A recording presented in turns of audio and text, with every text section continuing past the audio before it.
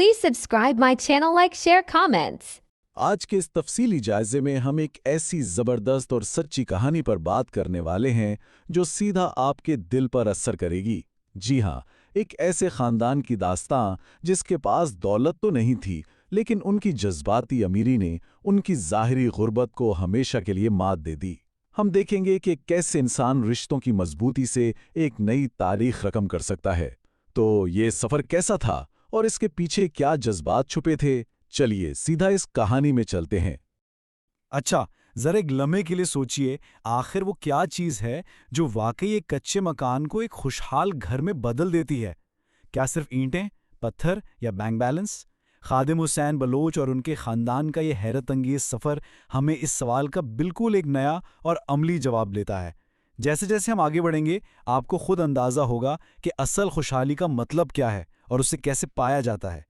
तो कहानी शुरू होती है एक छोटे से गांव के बिल्कुल सादा से कच्चे मकान से। खादिम हुसैन एक गरीब लेकिन बेहद मेहनती इंसान थे। सारा दिन लोगों को सफ़र करवाने के लिए घकियां चलाते और रात को थक हार कर घर आते। लेकिन यहाँ असल बात कुछ और है।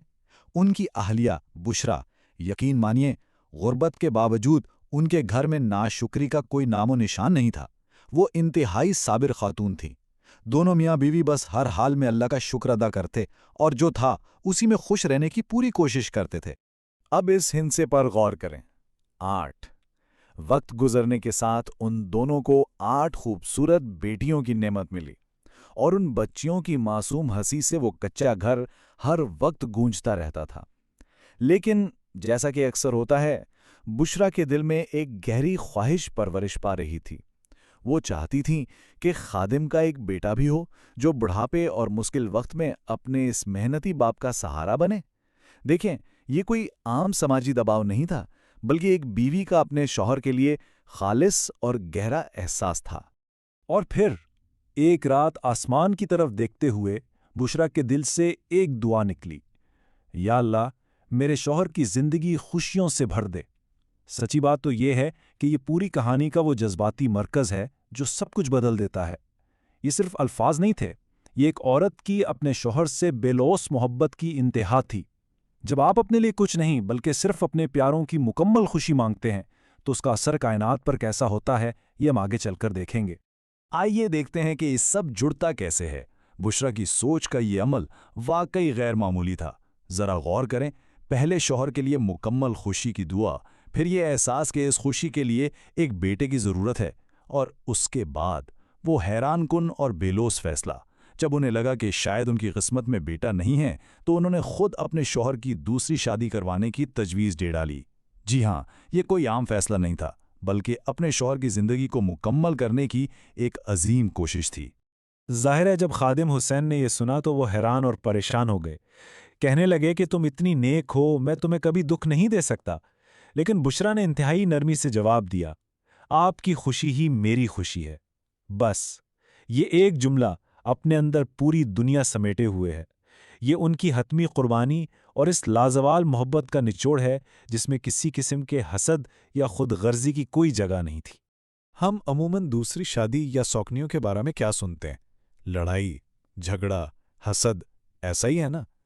लेकिन इस घर ने इन तमाम रिवायती तस्वुरात को तोड़ दिया। खादिम हुसैन की शादी नसरीन से हो गई।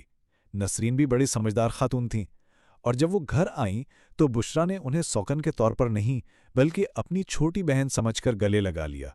मतलब कोई महज़राई नहीं हुई, बल्कि रिश्तों की इतनी मजबूत और मोहब्बत भरी बुनियाद रखी गई जो कि वाकई कमाल है।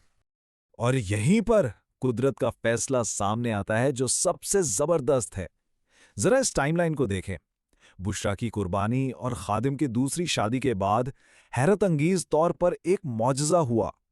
अल्लाह को बुशरा की खालिस नियत इतनी पसंद आई कि सबसे पहला बेटा खुद बुशरा के यहाँ पैदा हुआ। खादिम हुसैन तो खुशी से सजदे में गिर पड़े। और फिर उसके कुछ अरसे बाद नसरीन को भी 2 बेटों की नेमत मिली। तो ये बात वाज़े हो जाती है कि खालिस नियत का इनाम कुदरत किस फराख दिली से देती है। तो इस तरह ये ख़ानदान बढ़कर 11 बच्चों तक पहुंच गया। 3 बेटे और 8 बेटियां।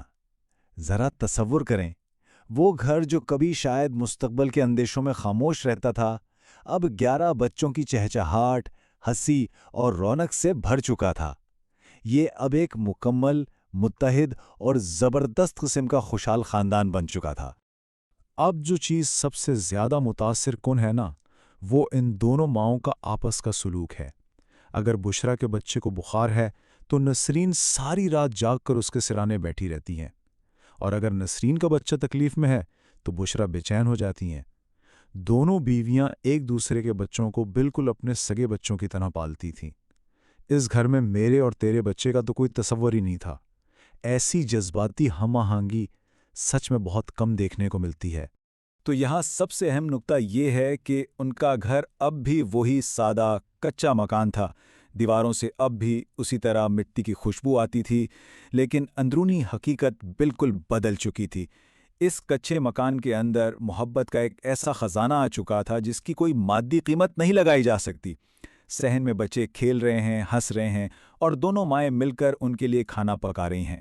یہ جو تضاد ہے نا، بیرونی سادگی اور اندرونی جذباتی امیری کا، یہ اس کہانی کی سب سے بڑی طاقت ہے۔ خادم حسین اکثر بڑے سکون سے بیٹھ کر ایک بات کہتے تھے۔ ان کا کہنا تھا کہ پہلے میرے پاس کچھ بھی نہیں تھا، مگر آج میرے پاس ایک محبت کرنے والا خاندان ہے، اور یہی دنیا کی سب سے بڑی دولت ہے۔ یہ بات ہمیں رک کر سوچنے پر مجبور کرتی ہے۔ واقعی ہماری زندگی میں دولت کا اصل معیار کیا ہے؟ کیا صرف پیسہ ہونا کامیابی ہے، یا پھر وہ لوگ جو ہر مشکل وقت میں آپ کے ساتھ کھڑے ہوں؟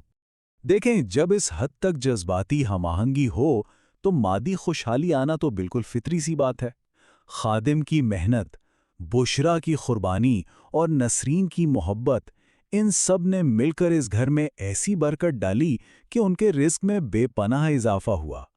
آہستہ آہستہ ان کا روزگار بہتر ہوا، زندگی میں سہولیات آنا شروع ہوئیں، اور وہ تمام مادی آسائشیں بھی حاصل ہو گئیں جو کبھی صرف ایک خواب لگتی تھیں۔